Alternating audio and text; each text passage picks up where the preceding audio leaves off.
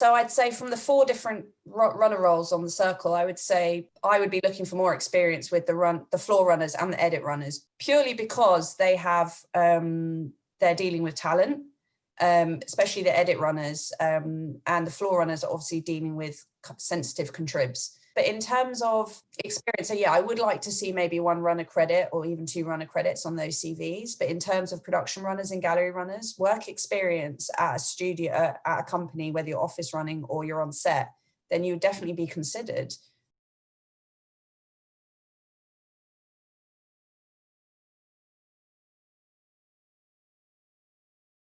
With us today are Rose Hibbert, Senior Talent Manager, and Maisie Clater, Talent Coordinator, both from Studio Lambert.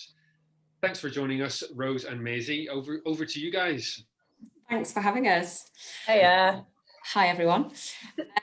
So we thought we would chat to you today about sort of reality and entertainment. I think a lot of you who will have logged on today will have done your homework and sort of had a little nosy at Studio Lambert and some of the shows that we make. I think if you don't know us as well, we make series like Gogglebox, Race Across the World, Four in a Bed, Naked Attraction, and The Circle. And I think The Circle is probably the one that we'll chat most about today, and sort of the different roles that we have on there. I think it's worth mentioning now as well that we've been really fortunate to have been continuing to make these series over the last few months, obviously with everything that's been going on. So that's been brilliant. We're obviously not making Race Across the World at the moment because it's lots of travel. So we're just not able to make it, but it's so brilliant that we've been able to carry on filming with lots of our other series. And I think one of them to sort of mention in full is The Circle. So we're actually right in the middle of production with The Circle at the moment in Manchester. And we've just finished our series for Channel 4, and we're now in the midst of the US series for Netflix. So again, for any of you who might not know much about The Circle, it's a competition format, and it's a sort of a structured reality series. So players are then all living in the same apartment block, but they will never meet, and instead they will only communicate through a social media platform called The Circle. So you can be anyone you want to be in The Circle. There's some people who will play it totally as themselves, or there will also be people who will be catfishing. But it's essentially a popularity contest in the hopes of winning a cash prize at the end.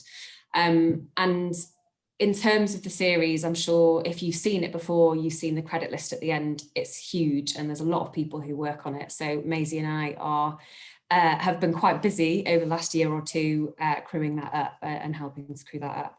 And so in terms of the sort of roles, we'll chat to you about the various roles that we have on The Circle and how they kind of operate. Obviously, it's worth mentioning to you that it sort of one size fits all, in that not every single reality series or entertainment series follows the same structure, but we can sort of chat to you about different roles in the gallery or edit, or bits of sort of story roles as well. And I think some of you will kind of have a bit of knowledge anyway about these roles and how they work. But if you've got any more questions about them, or if we haven't explained them brilliantly, then yeah, please ask us some questions at the end. So I think Maisie, you're going to chat through the sort of the different runner roles and how they work, and then I'll sort of take over and chat about the researcher and the AP roles. So over to you, Maisie. Thank you, Rose. Yes, hi, I'm Maisie.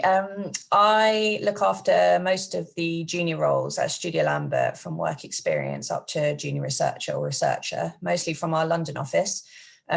So we have a Manchester office where we make shows like The Circle, Naked Attraction, and Four in a Bed, and I help to grow up on the juniors for The Circle as well.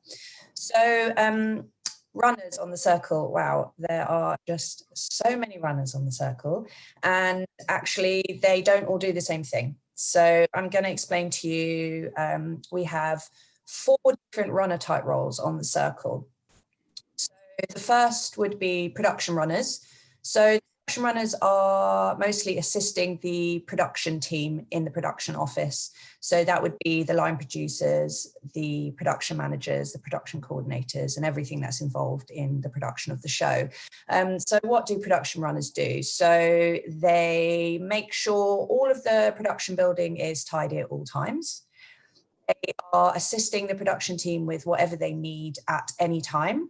So they are getting breakfast orders, lunch orders, dinner orders. They're also making teas and coffees for the execs, for any talent that comes in as well. I mean, it's a huge production office. There's so many production people working in the circle. So you're keeping the fridges stocked. I mean, it's basically a 24-hour operation, the circle. So as a runner, you're learning so much on the job. Also, as a production runner, you are, you're running over things the players in hiding if the production team asks you. So you do get to go actually into the house, which is quite exciting sometimes. Okay, so as you know, the circle is a gallery show as well. So all of the producers are in a gallery. So they're watching all of the different rooms in this gallery. And we've got PDs and producers all working with different players. So they're gallery runners. So what do gallery runners do? So they are based in the gallery. They're assisting the gallery team. So they are assisting with lunch and dinners, teas and coffees. They're making sure the gallery is clean.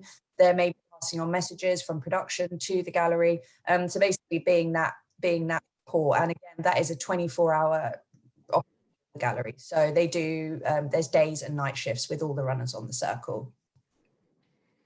Third type of runner is a floor runner. Now, I actually think this is quite exciting, the floor runners, because you're right in the sort of middle of the house where all of the players are. So what are you doing as a floor runner? You're assisting the floor team.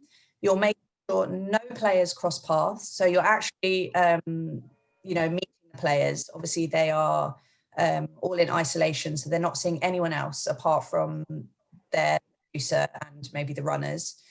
You're taking them out for fresh air breaks if they need it, the players. You're helping to keep the players' rooms tidy. So you might be doing a little bit of hoovering, a little bit of taking crockery out. You're doing their daily shopping lists, which is quite cool.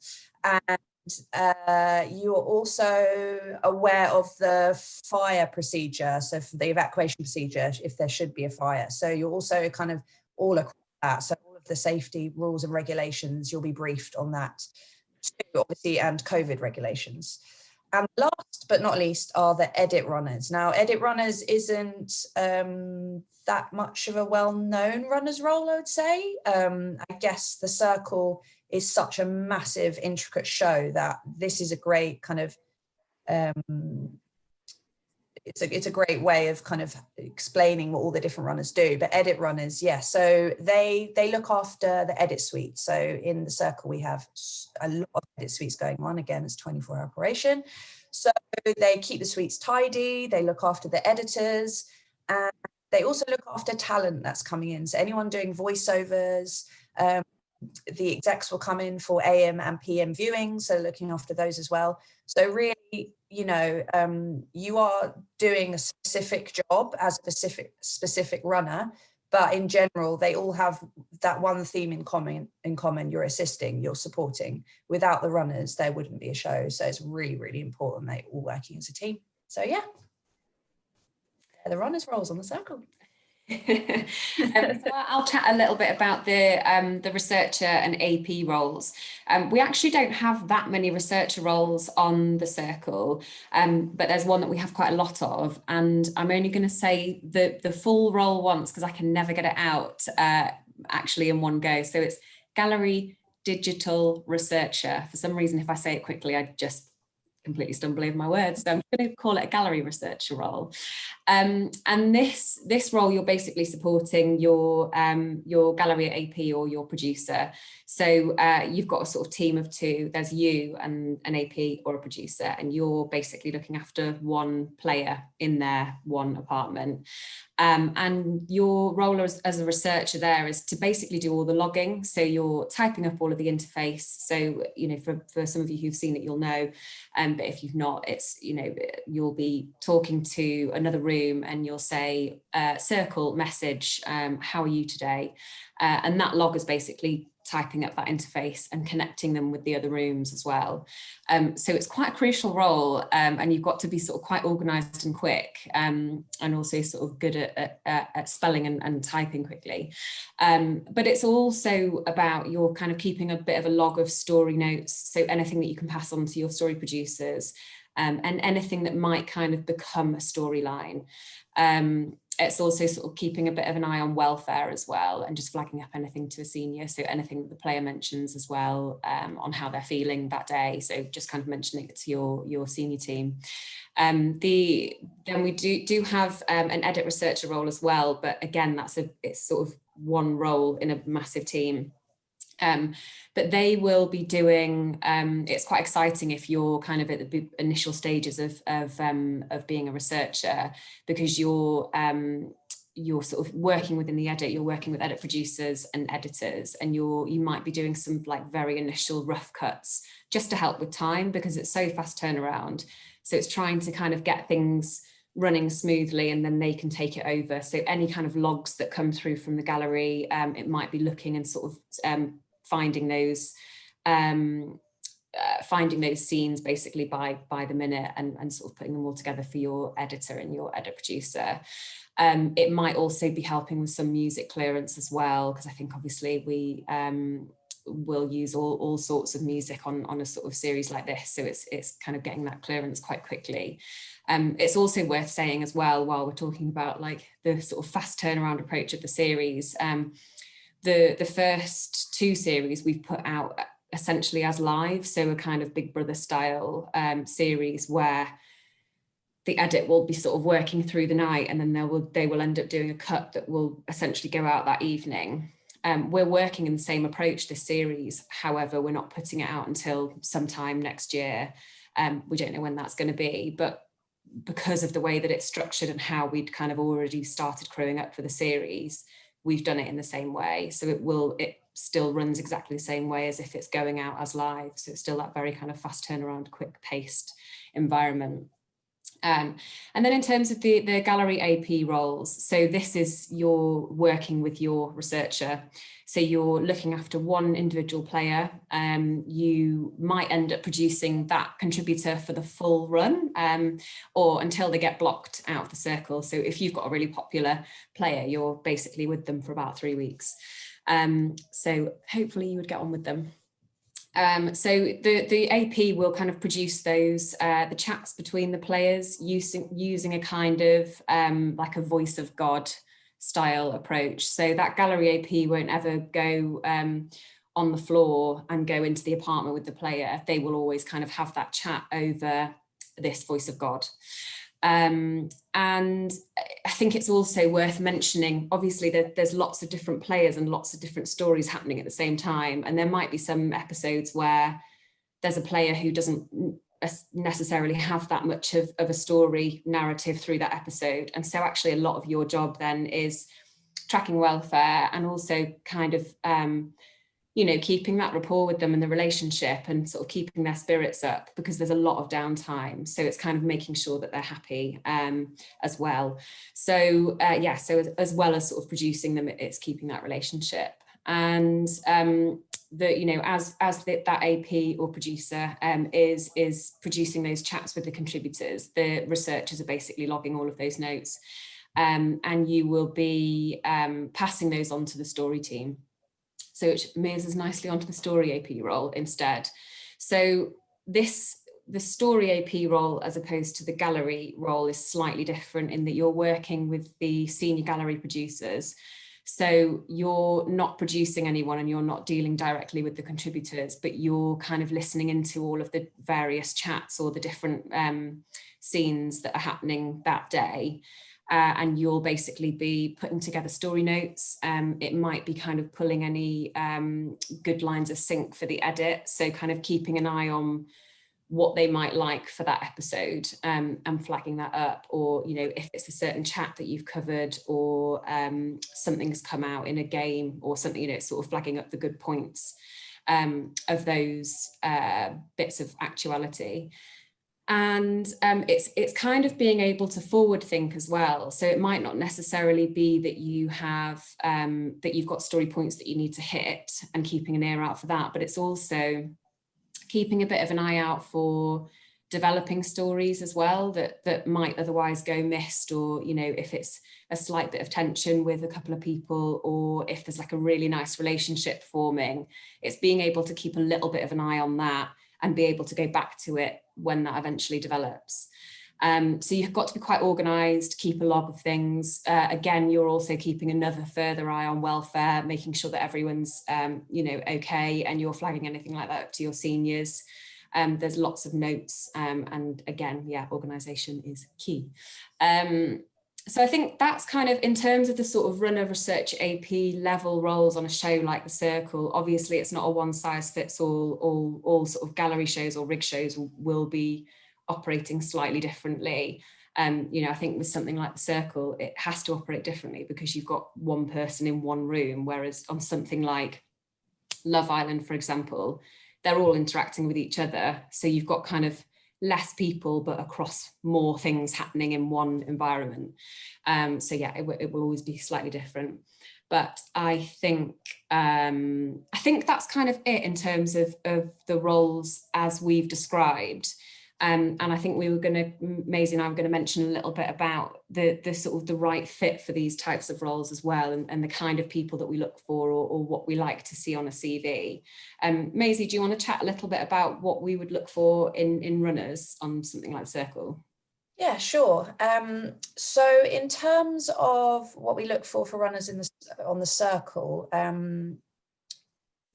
from crewing it up a few times now, I would say that when I'm looking for, well, one of the good things about running on the Circle is you don't need a driver's license, because you actually are just in one location. And I know driving is somewhat of a tricky subject sometimes, because a lot of roles these days require you to drive, but the Circle is one of those that doesn't. So that's really good. So yeah, you don't need to drive, but I do look for a little bit of experience when it comes to putting people forward for potentially production runners and floor runners, only because you are interacting with the players, being a floor runner. So maybe some experience with talent, dealing with contribs is really good, and kind of just knowing what's expected, because that's quite a important thing to do when you're sort of dealing with the players. You're going into their rooms, you know, they might be talking to you, might be the only person they see like the whole time. Production runners, yes, I mean, it would be good to have some experience working in an office. And again, what's really interesting about being a runner on the Circle is you get to see so many parts of a big machine that potentially you might not have that much experience when you come in, but you might leave knowing what you might want, where you might want to go. I mean, a lot of the time we say, as a runner, we don't necessarily need you to know what your dream job is in TV. It could be that you want to work in production. It could be that you definitely know you want to work in editorial. But we've had a few people, you know, working with us saying, oh, I really thought I wanted to be editorial, but now I've worked as a production runner, I think I want to go into production. Like, I really, really get that. I really, you know, get fired up when I'm in there. So yeah, it's a really good way of kind of seeing what you want to do. And yeah, so I would say not having that much experience is okay in terms of what you're doing is assisting, and it is kind of it's an entry level role, really. Gallery runners, yeah, I guess you are just in that one place. You're dealing with crew, you're dealing with the team, Studio Lambert team, and the edit runners, you are dealing with talent a lot of the time. So yeah, I would like to see that you have potentially been on location, whether that be outside or in a studio, dealing with contribs, and maybe some office experience. So you know how to hold yourself, you know how to speak to people when they arrive in terms of talent. And it's really good also to know kind of who everyone is as well. So like having a kind of idea of the hierarchy within. So who are the execs? Who's the series producer? You know, who's running the gallery? When should I speak? When should I not speak? So that's, and also you'll learn that on the job as well. So even if you're not quite sure, it is good to have that kind of idea in your mind. So yeah, it's a really good show to have maybe as your second running role, maybe your third running role. And if you were going for a runner's job, I wouldn't say, oh, you know, you've only had a couple of dailies. I don't think we should consider. Dailies is fine because you would have been on set, you would have been on location. Generally, what I'm looking for in a runner for the circle is someone who loves it, loves the fast pace, can think ahead, knows there's going to be late, you know, you might be working late and that's fine, wants to learn about how TV's made, and just really, really wants it. You've got to really want it, because it's so fast paced and it's, you know, it's all encompassing. But that's what I loved when I was a runner. That was my life when I was on, you know, doing these shows. And you come out and you meet so many great people and you learn so much. And the circle is definitely a place where you'll learn so much. So yeah. Cool, thanks, Maisie. And so in terms of the kind of the slightly more experienced roles, so things like the gallery researcher role, obviously I sort of explained a little bit about how that works, and it's lots of logging, kind of making notes. So the kinds of experience that we would look for, you don't necessarily have to be a super experienced researcher, but it's if you've come from kind of logging experience, and you've got bits of experience dealing with contributors, but not necessarily loads, but just kind of live logging, or sort of logging on Blackbird or Foreseen, that's really useful, because then when you're in the gallery, you're kind of, you know, it gives you that experience to sort of flag up what you think might be really good story or content, but also just being able to kind of keep up and kind of make a note on everything. So yeah, you don't necessarily have to be the most experienced person, but it's just more about, yeah, kind of bits of previous experience as a logger. And I think as well that kind of ties in slightly with story and the story team. So there's a bit of a jump, obviously, between the gallery researcher to the story AP or the gallery AP role. But it kind of puts you in good stead for, you know, a sort of further series down the line, because you're sort of keeping an eye on that story, as well as making sure that everything's kind of typed up pretty quickly.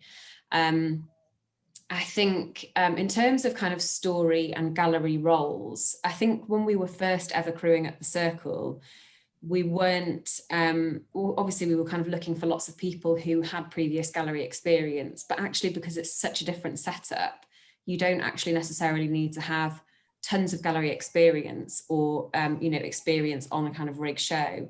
Actually, what we would look for in a kind of story AP or a gallery AP is, for example, if they've come from a really strong casting background. So if you've been kind of dealing with contributors and building up that rapport with them and kind of keeping your mind on their story, so it's what their storyline is and how that's going to evolve, as you know, as well as being able to kind of not necessarily have to like produce people, but it's, you know, I think if you've made a really good casting tape, you know the sort of story points to hit and what to ask them and how to ask those questions. So I think that puts you in a really good position for something like a gallery AP role, as well as story, because you're keeping your mind on story points all the time. So I think that lends itself really well to gallery. Obviously, if you've got previous gallery experience, that's great. But yeah, you don't always necessarily have to be super experienced in that respect. And I think that's sort of it. I think in terms of, just to sort of briefly touch on the casting team, because we haven't really spoken about casting on something like the Circle. It's obviously a sort of fairly large casting team, and what you're looking for is quite niche. I think on something like the Circle, it's really tricky. It's a really hard show to cast on. I mean, it's brilliant because you're kind of speaking to these quite like really different characters, but you're thinking about their story and how that will unfold, and actually can they be in a room on their own and be able to articulate their thoughts and opinions, and be able to sort of say them out loud. I would be a useless player on the Circle because I'd probably just watch the screen and be like, cool, kind of think, I really don't agree with that, or yes, I'm going to message you back, or oh my God, that's amazing. You have to kind of have an opinion and be able to articulate it and say it out loud rather than digesting things and sort of keeping it up here. So I think that's something really important, and actually not everyone has that. So I think that's why the casting team find it quite a tough job. But we've managed to find some really brilliant characters who have all done really well on the series. So yeah, I think once we find them, they're good. They're good in their individual rooms.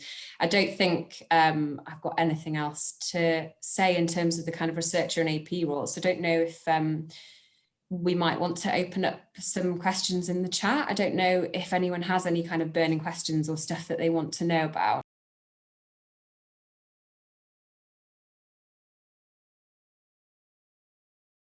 I think it's really tricky, because I think it's like with any role in TV, you don't kind of do your time and then you have a certain like a certain kind of length, and then you're just applying for kind of research roles. I think it comes with experience, and I think if you do want to stay in reality and entertainment, it's having bits of experience, sort of a few credits in that field, and building the relationships up with those kind of seniors, and being able to prove yourself and show them that you're sort of ready for the step up. I think there's lots of people on the circle who we might have had on as runners last year who we've now bumped up to the sort of gallery researcher role, because they've gone away and they've had some experience in between, and they've got all the right kind of things that make them, that you can kind of give them the bump up.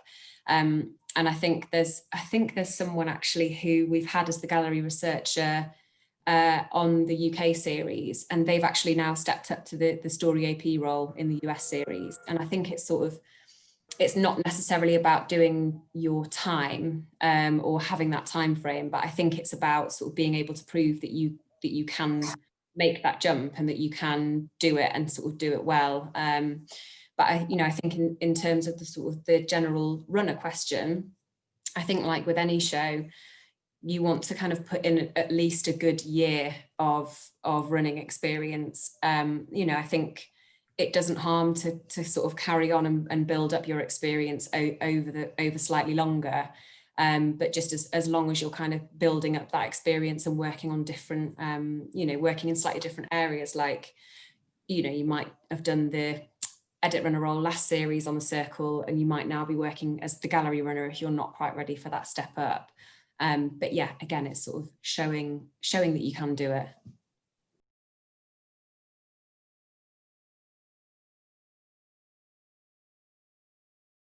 So common mistakes on CVs for runners. Okay, God, so I always say that a very clear, well-written CV, design-wise as well, easy to read, takes you on a journey, one page is the best. Personally, when I go through runner CVs, if it's very wordy and you've got sort of a summary about yourself that's about this long, and then your whole life story of what you did when you had your first paper round all the way through to, that's too much. So really, I look for simplicity. So I also look for your key skills. So without going into too much detail, I mean, we could do a whole, hour on a CV clinic, and it's one of my favorite things to do. But what I would say is very clear your name and what role you're going for. So if you are a runner, you're not a runner/researcher, you're not a runner/junior researcher, you're a runner, and that's the roles that's the role you're going for. So whatever role you're going for, put that at the top. And then if you have a full clean driving license, put that next. That's really important. And then your skills, and these would be, and there's another question I can see in the bar about transferable skills, if you've worked in hospitality and things like that, definitely. But I'd be looking for more TV skewed skills first. So logging, studio experience, office runner experience, dailies do count as experience, because if you run for 2 days on X Factor, then you've had that slight experience to know, okay, when I get on studio, this is what I've got to do. This is who I've got to make coffees for. I've got to get production box, and then phone manner, which are transferable skills, working with people, working in teams. And then your work history. But yeah, do keep it on one page. Anything more than one page, being a runner, it shouldn't really be over one page. I always sound so boring when I say that, but it's just one page and very clear, design wise. Keep it looking smart, because when I see a very well put together, clear CV, that kind of reflects on the way that I feel you're thinking, you know, clear, concise, organized, you know what I want to see. And spelling is important, and grammar.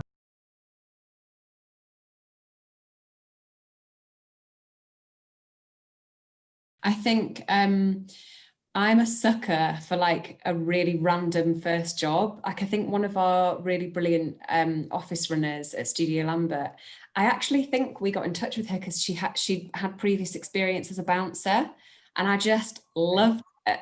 And I think working in Tesco, like it's brilliant. You're dealing with customers, you're sort of customer facing, you've got to have those kind of communication skills or be able to assist or, you know, multitask. Definitely something like in hospitality, it's so useful because you're they are transferable. You know, if you're working in a restaurant, you're kind of spinning loads of plates, both metaphorically and sometimes physically. But I did. Yeah, but I think that's you know, it all kind of goes to show that you're sort of good under pressure or dealing with people or, you know, dealing with sort of customer complaints and that kind of thing. I think, yeah, they're always really useful. Obviously, I think on a CV, if you are trying to keep it to one page, you don't want like a kind of massive statement about all of your sort of skills at working at your time in Tesco. You know, keep that to the bottom, and obviously everything kind of more relevant and kind of chronologically in terms of time, keep that at the top. But yeah, I think it's always worth kind of seeing what you've done before as well.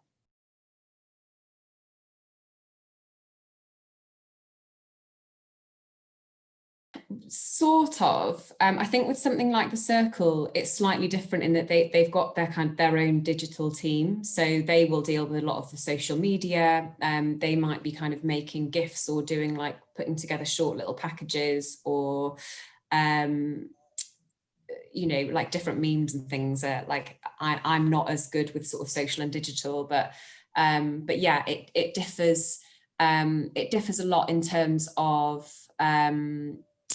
yeah, like you wouldn't be working within like the gallery or the edit or like as part of the rig necessarily. I think you'd probably be at location, but in terms of that sort of social media side, it's its own sort of little entity. I don't really know in terms of sort of your question, like how does it work?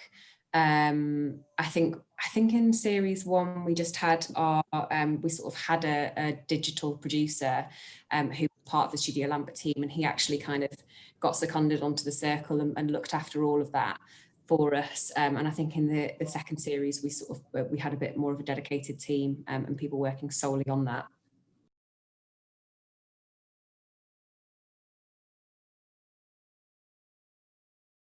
I think it's a tricky one because I think obviously this year's been so tough for so many people.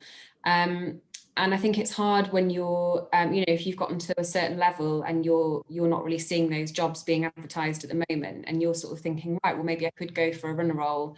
I've done it before. I've got all experience. I know what I'm doing. And I don't think it would necessarily look bad for us in terms of, you know, it's not like you would have far too much experience on your CV. But I think what I would say is that, you know, we've also got to be mindful for the tons of runners, say, who are at that level and who are trying to get more experience and kind of work on, like, you know, continue to build their experience on different shows. So it's kind of, it might not necessarily be that you're overlooked if you have more experience than that, but I think it's probably a sort of keeping things a bit fair, if that makes sense, to kind of, you know, be able to give those runners the opportunities as well and keep things moving for them, if that makes sense. But yeah, I mean, I think if we, you know, I think depending on what level of experience you're for, we would kind of keep you in mind for that as well as sort of anything that we might have available.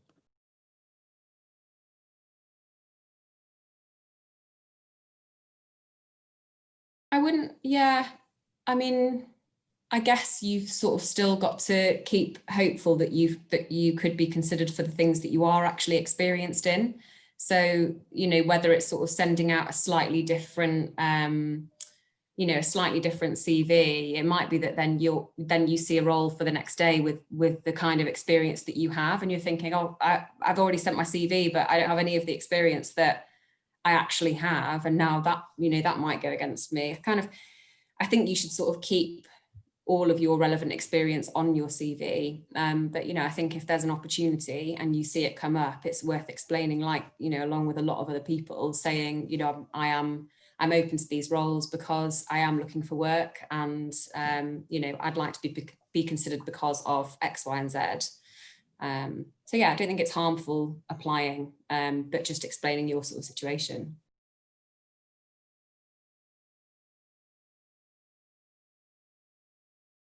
I think, you know, we don't necessarily have to have people with tons and tons of experience. The runner roles are sort of fairly learn on the job. So I don't think it would go against you. I think it's obviously it's a very different sort of program making. So, you know, if you were sort of trying to apply for roles, say, you know, that were slightly more experienced, that might not necessarily, you know, you might not be able to sort of be put forward for those kind of roles. But I think if you're sort of starting out, you do have some experience on feature documentaries, you know, I definitely think you could be kept in mind for those runner roles as well.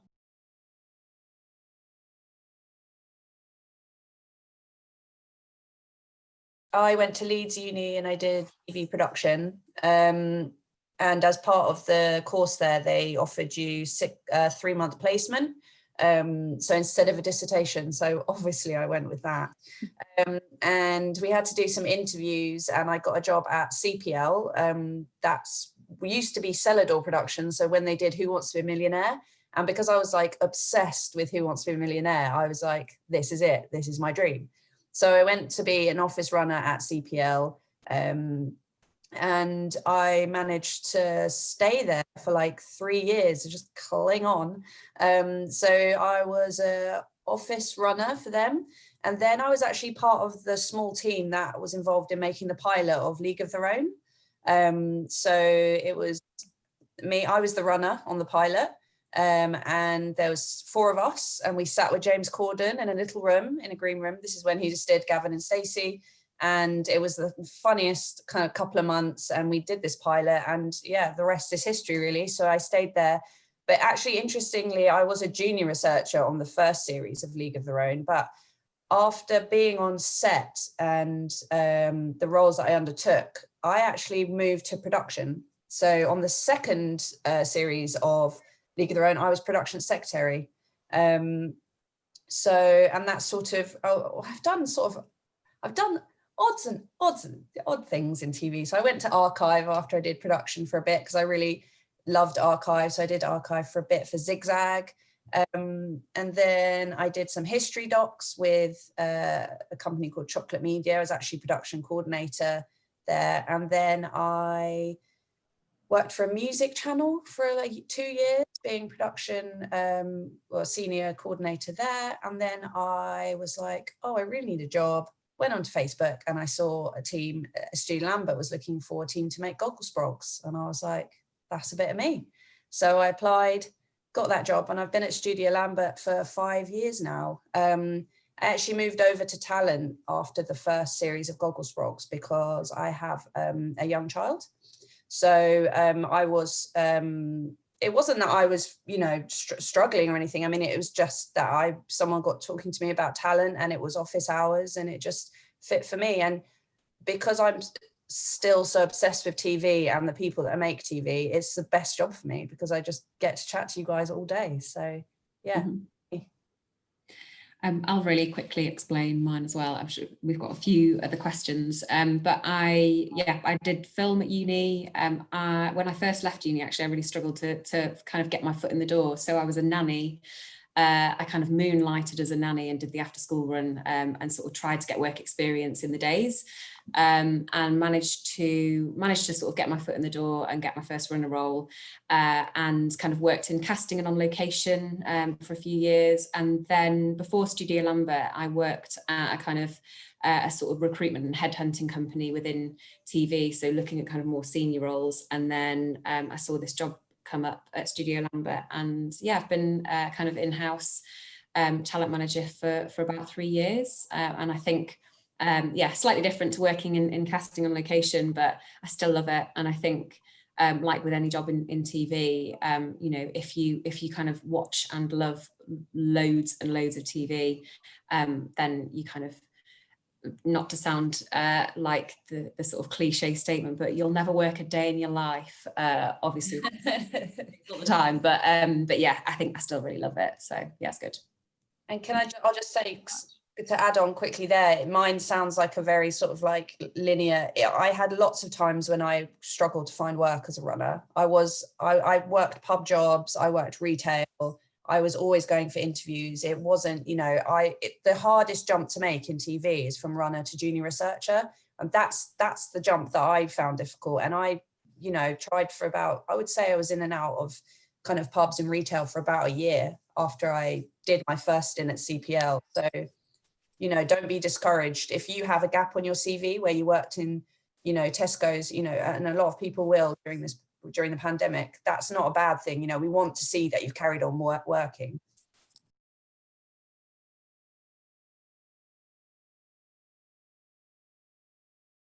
Yeah, so I'd say from the 4 different runner roles on the circle, I would say I would be looking for more experience with the floor runners and the edit runners, purely because they have they're dealing with talent, especially the edit runners, and the floor runners are obviously dealing with sensitive contribs.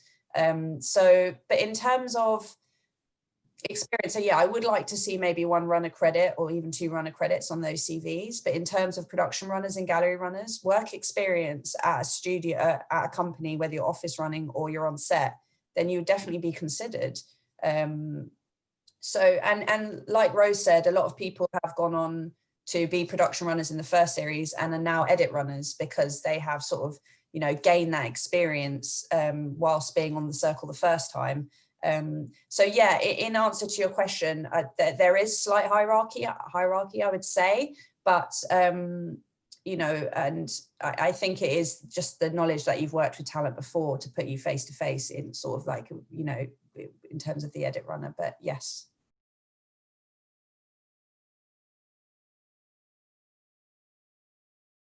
The circles are kind of a weird hybrid of a sort of location job as well as a sort of Manchester-based series. In the first series, we filmed it was like near Middlesex or in Middlesex. My geography is shocking, sorry. So it was sort of based out of London, and then I think it was just sort of slightly outside the M25, so it was kind of classed as a location shoot as well. And then we moved up to Manchester for the last couple of series, so we're sort of in the same location this time.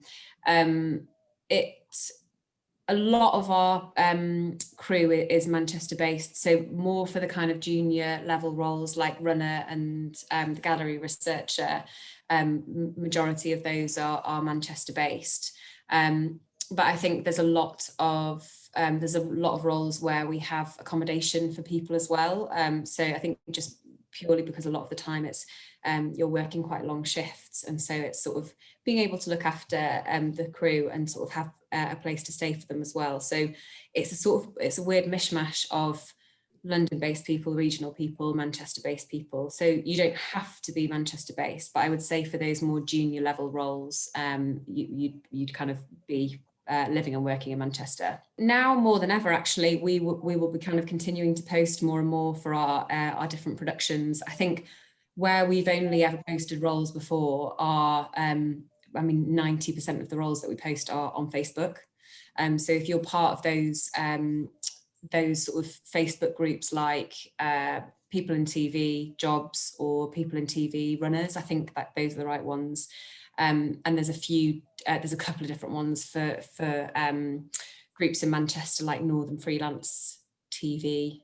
probably got that wrong. And then obviously we've got our new TV Talent North Facebook page as well. So a lot of our opportunities we would post on there. Obviously because we're kind of right in the thick of it, we were crewing up a long time ago for the Circle. But I think, you know, who's to know if we will have another series, but you'd probably start seeing them around kind of spring time next year if we get the chance to come back within the series. So just try and join those Facebook groups. That's where all the jobs are. Yeah, and I think, you know, I think we get asked a lot actually, is like, you know, do we post on things like LinkedIn, which we just don't. We wouldn't ever really post on something like LinkedIn. We use Talent Bases as our kind of major our kind of database where we keep all of our notes. And so if you've got a profile on there, that's good. And we can kind of find you that way. And obviously Talent Manager as well is another place that we use to kind of access CVs and people. But yeah, really, we do kind of just post everything on Facebook.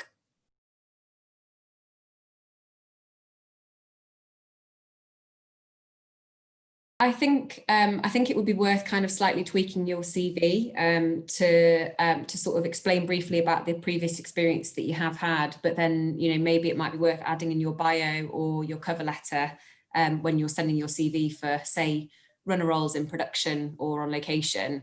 It might just be kind of worth putting your name and then runner as your role, or you know, explaining in your email sort of briefly, I've got this sort of experience, but what I'm really looking to do now is move into this, and sort of see if you can get in that way. And I think, yeah, your previous experience should sort of put you in good stead to hopefully apply for new roles in production. Yeah, and definitely join those Facebook groups, because obviously that's where a lot of the jobs are posted. And also join Talent Bases. That's free to join, and a lot of companies do advertise their jobs there as well. Yeah. Talent Manager is another kind of place where we find people. You can join that. I think there's a small fee for Talent Manager to use all the premium settings, but you can still join that free. But also Talent Bases is like the new one, and we use that.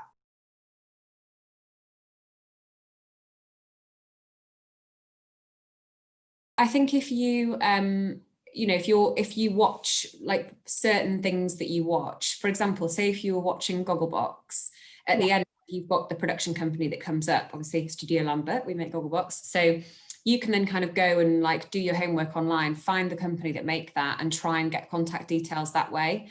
So it might be that you kind of go on the website and you can see a CVs. Like I think on our website, for example, we've got a CVs inbox, so people can send their CV there. And I think it's worth sending your CV, a really brief covering email. You don't want to kind of put a massive back catalogue of everything that you've ever done in that email. But I think it's just sort of saying, I'm doing this at the moment. I absolutely love Gogglebox, and I wondered how how I could get to work on a show like that. Or, you know, I think it's sort of it's worth kind of mentioning that you've done your homework and that you've you've looked that we make Gogglebox, that you would love to work on a show like that, that you're looking for kind of entry-level runner roles. This is your situation at the moment and you're available in however many months time or however many weeks time. If you're working in an office job at the moment, I think it's slightly tricky to kind of just quickly get your CV out for runner roles when they pop up so quickly. That can kind of be a slight issue if you're looking for something freelance quickly. I sometimes quite like a hand-delivered CV. I'm quite old. You've gone online, you found the company, right, where are they based? I'm going to go in and actually physically hand my CV in. I think it kind of goes slightly above and beyond. I think sometimes if you call a production company, your call just might not get fielded to the right person. So you get slightly lost there. But, you know, I think if you were to, say you were to phone a production company, you could say, I'm looking for work here. Who is the best person to send my CV to? Or, you know, where would I apply for these kind of roles? But obviously, if you are looking for those roles, get yourself on those Facebook groups and sort of, you know, look at the sort of various companies and who are the right people to get in touch with. Thanks very much for today to Rose and Maisie. That's pretty much all we've got time for, so I hope everyone enjoyed it. Thanks very much.